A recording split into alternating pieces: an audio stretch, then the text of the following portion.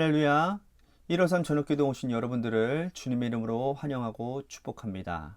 오늘도 귀하고 복된 이 저녁 시간 가운데 여러분들이 오늘 하루의 삶에 고단하고 또 힘든 그런 하루의 삶에 오늘 기도하는 가운데 주님이 주시는 평강이 임하기를 소망하고요. 또한 오늘 하나님께서 오늘 말씀과 기도를 통해서 여러분들의 삶을 조명하며 또한 여러분들의 삶이 하나님의 뜻 가운데 바로 세워지는 귀한 시간이 되기를 간절히 소망하겠습니다. 먼저 하나님의 말씀 보도록 합니다.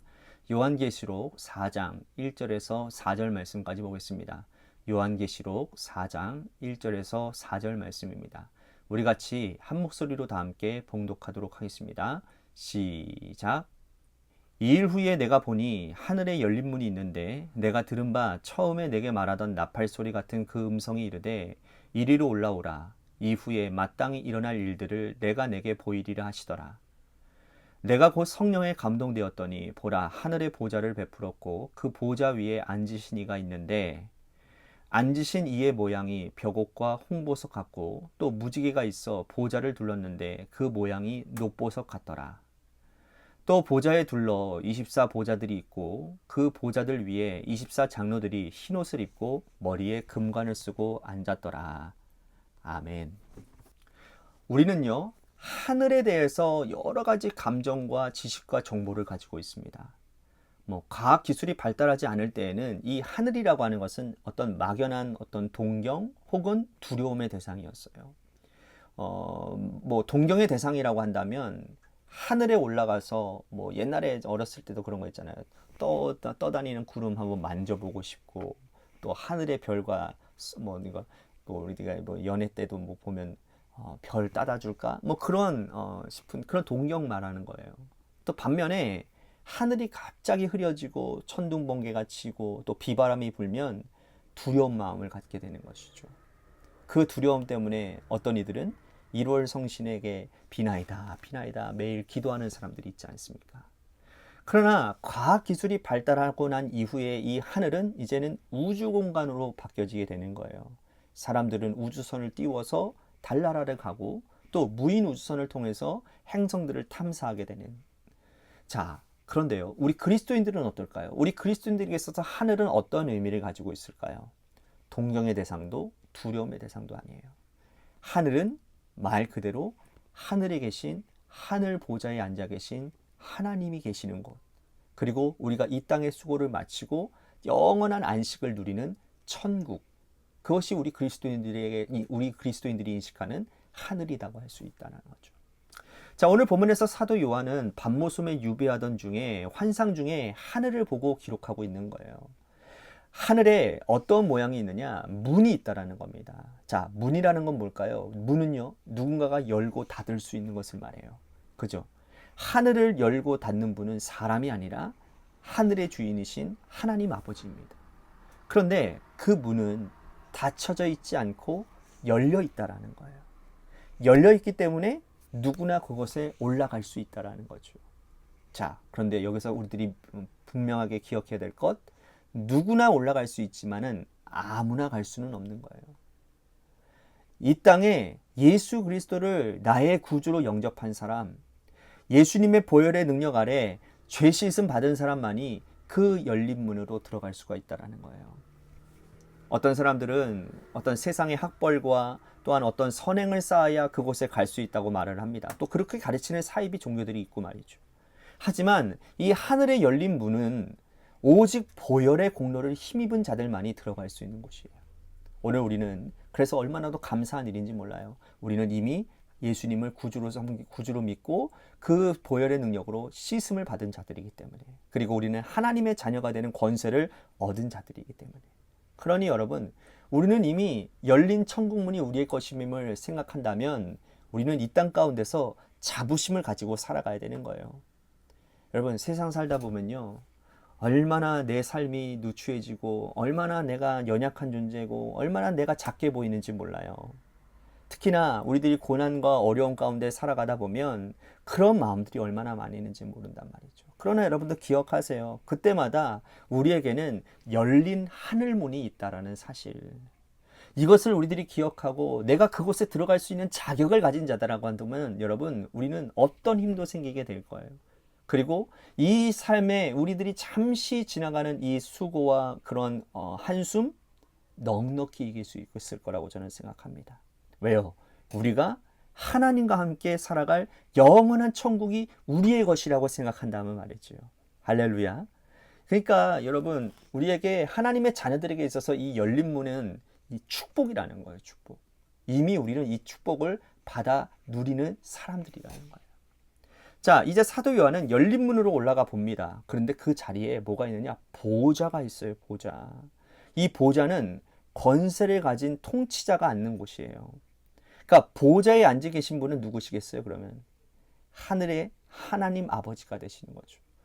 요한이 하늘에 올라가니까 하나님 아버지가 보좌에 앉아 계시는 거예요. 그리고 하늘과 땅을 통치하고 계시는 겁니다. 여러분, 이 말씀을 받은 소아시아 7교회들이 얼마나 몫이 흥분되고 기뻤을까요?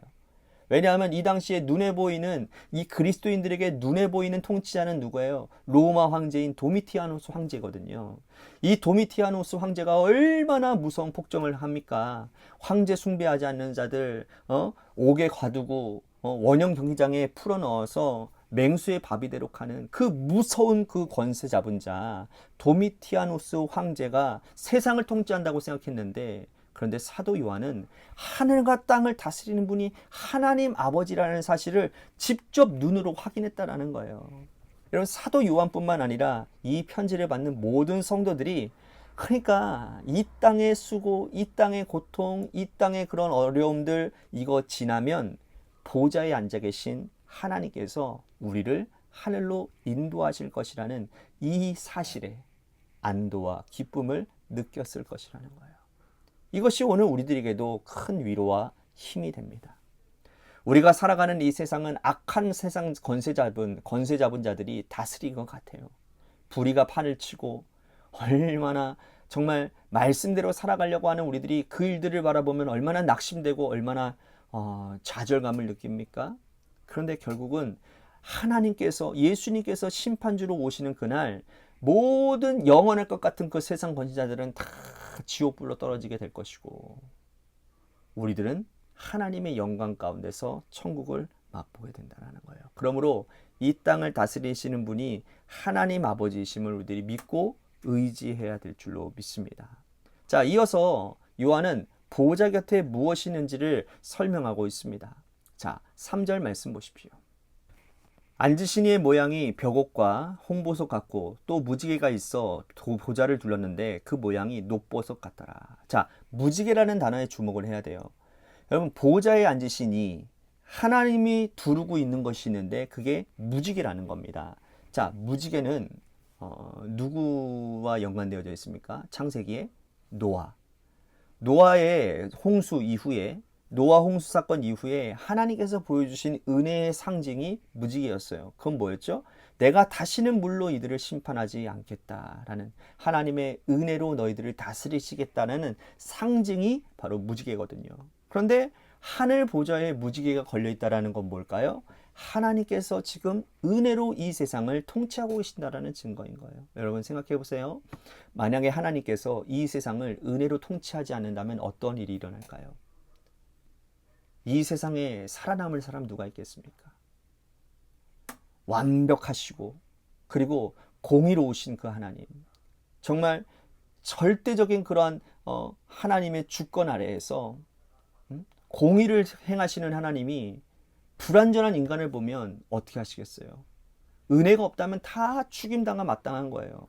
하지만 심판받아 마땅한 인간들을 하나님이 은혜로, 왜요? 언제? 노아를 통해 맺은 그 무지개의 언약을 바라보시면서 당신들의 백성들을 끝까지 은혜로 다스리기로 약속하셨기 때문이라는 거예요. 그러니 우리에게는 이런 기회가 있다라는 겁니다. 그러니 여러분, 이 무지개 언약을 여러분들 기억하시고 하나님의 은혜를 은혜되게 하는 믿음의 백성들이 다 되시기를 바라겠습니다. 자, 이어서 4절 말씀해 보시면 보좌가 나와요. 근데 보좌에 앉아 있는 사람들이 있는데 그 보좌에 하나님이 앉아 계시고 그 보좌를 두르고 있는 사람들이 있다라는 거예요. 24보좌가 있고 24장로들이 그곳에 앉아 있어요. 자, 계시록에서 말하는 숫자는 굉장히 의미가 있어요. 유대 묵시 문화 가운데 상징 체계가 숫자입니다. 자, 24라고 하는 것은 몇과 몇가 더해진 걸까요? 12와 12가 더해진 거예요. 그죠? 그러면 자, 12라고 하는 숫자, 앞에 12, 뒤에 12가 어떤 것을 의미하는지를 우리들이 알아야 될 것 같아요. 자, 앞에 12는 어떤 의미냐? 구약의 성도들을 의미합니다. 자, 야곱의 아들이 몇 명이죠? 12아들. 그죠? 그 12아들을 통해서 이스라엘이 시작되어졌죠. 그리고 보세요. 이 12지파는 구약 시대의 성도들을 의미하는 거예요. 자, 또 다른 뒤에 있는 12는 뭘까요? 바로 신약의 12사돌로부터 시작되어진 교회를 의미하는 거예요. 자, 그러므로 보세요. 구약의 성도, 그죠? 신약의 성도들. 이 둘을 합친 게 24장로라는 거예요. 이건 뭘 의미하는 거냐? 자, 구약과 신약 시대에 하나님의 은혜로 구원받은 자들의 수가 바로 24장로라는 거예요. 자, 그러니까 그 자리에 그러니까 장로님들만 계신다는 게 아니라 우리도 그 안에 있고 또 앞서 가신 믿음의 선진들도 다 그 안에 포함되어져 있다는 거예요. 그러니까 사도 요한은 천국에서 이러한 것들을 바라보았다라는 거예요. 여러분, 그러니까 우리는 이미 이겨놓고 싸움이라는 사실을 여러분들 꼭 기억하시기를 바라겠습니다. 자, 또한 사도 요한은 천국에 어떤 일들이 일어나는지를 설명하고 있는데요. 그것은 뭐냐? 여러분, 천국에서 여러분들 뭐 할 것 같아요? 천국에서는 뭐 할 것 같습니까? 유일하게 할 수 있는 건 예배밖에 없을 것 같아요. 여러분, 천국에서 뭐 설교가 있을까요? 설교가 뭔 필요가 있어요? 하나님이 계시는데. 설교라고 하는 건 뭐예요? 하나님을 설명하는 것이고 하나님의 일들을 말하는 건데 본체이신 하나님이 거기 계시는데 뭐 설교가 뭔 필요가 있겠어요? 그 안에서 할 수 있는 건 뭐예요? 예배예요. 근데 그 예배 가운데도 찬양만 할 수 있어요. 찬양. 오늘 우리는 말씀을 통해서 천국이 어떤 것인지를 오늘 우리들이 살펴봤습니다. 이 땅의 수고가 지나고 하나님의 백성들이 열린 문으로 들어가서 하나님의 보좌곁 24장로들의 반열에 앉아서 영원토록 왕노릇 할 것을 여러분들이 꿈꾼다면 오늘도 소망이 있지 않습니까? 인내하는 믿음이 우리 가운데 새기지 않겠습니까? 오늘 그 은혜를 바라보며 기도의 자리로 나아가시기를 바라겠습니다. 또한 교회를 위해서 간절히 기도합시다. 종말의 때에 주님 오실 그날까지 주님께서 기뻐 받으시고 주님이 진짜 원하시는 일이 무엇인지를 분간하고 그 일들 가운데 정말 모든 것을 쏟아볼 수 있는 그런 공동체가 되게 하여 주옵소서. 하나님을 기쁘시게 이웃을 행복하게 하는 그런 믿음의 공동체가 되도록 주님 인도해 주옵소서라고 우리 같이 기도했으면 좋겠습니다. 또 한 가지 육신의 질병으로 고통당하는 이주 어린이를 위해서 간절히 기도해 주시고 또한 수능 이후에 이제 대학 입시를 대학 이제 입학의 준비를 하고 있는 우리 박중혁 형제님을 위해서도 기도해 주시길 바라고 마지막으로 여러분들의 삶의 자리와 여러분들의 자녀들을 위해서 기도하시다가 시간 돌아가시기를 바랍니다. 우리 노래 끝날 때까지 합심하여 기도하도록 하겠습니다. 기도하시겠습니다.